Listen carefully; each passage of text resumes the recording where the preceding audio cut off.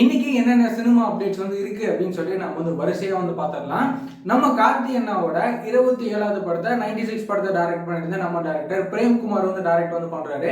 இப்போ நம்ம கார்த்தி அண்ணாவோட 27வது படத்துல இருந்து என்ன அப்டேட் அப்படின்னா, இந்த படத்துக்கான ஷூட்டிங்கை நம்ம கார்த்தி அண்ணா பாத்தீங்கன்னா முடிச்சிட்டாரு அப்படின்னு சொல்லி இந்த நியூஸ்ல இப்போ பாத்தீங்கன்னா கிடைச்சிருக்கு. இன்னும் இந்த கார்த்தி அண்ணாவோட 27வது படத்துல நம்ம அரவிந்த் சாமி, அதுக்கப்புறம் நம்ம ஸ்ரீதிவி எல்லாம் அந்த படத்துல பாத்தீங்கன்னா நடிக்கிறாங்க. நம்ம கார்த்தி அண்ணாவோட 27வது படம் எப்படி இருக்க போகுது அப்படின்னு சொல்லி நம்ம வெயிட் பண்ணி பார்க்கலாம். இந்த படத்துக்கான டைட்டில்லாம் என்னவா இருக்கும் அப்படின்னு சொல்லி நம்ம வெயிட் பண்ணி பார்க்கலாம். அதுக்கப்புறமா பாத்தீங்கன்னா நம்ம ரியோராஜ் இவரோட நடிப்புல லாஸ்டா ஜோ படம் ரிலீஸ் ஆகிட்டு செம்மையா ஹிட் ஆயிருந்தது.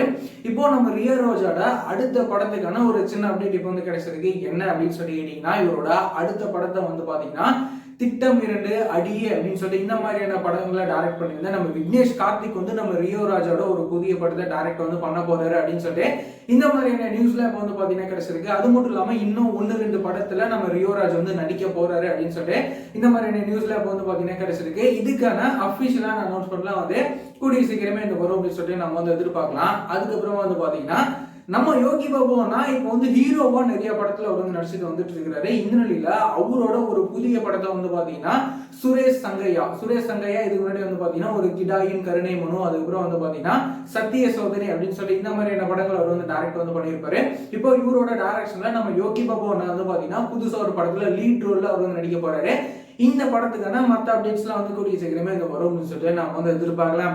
இந்த மாதிரியான ரெகுலரான சினிமா அப்டேட்ஸ்லாம் நீங்க ரெகுலரா தெரிஞ்சுக்கணும் அப்படின்னு நினைச்சீங்கன்னா இந்த சேனலை மறக்காம சப்ஸ்கிரைப் பண்ணிக்கோங்க. வேற ஏதாவது ஒரு நெகட்டிவ் இருந்தது அப்படின்னா மறக்காம கமெண்ட்ல சொல்லுங்க.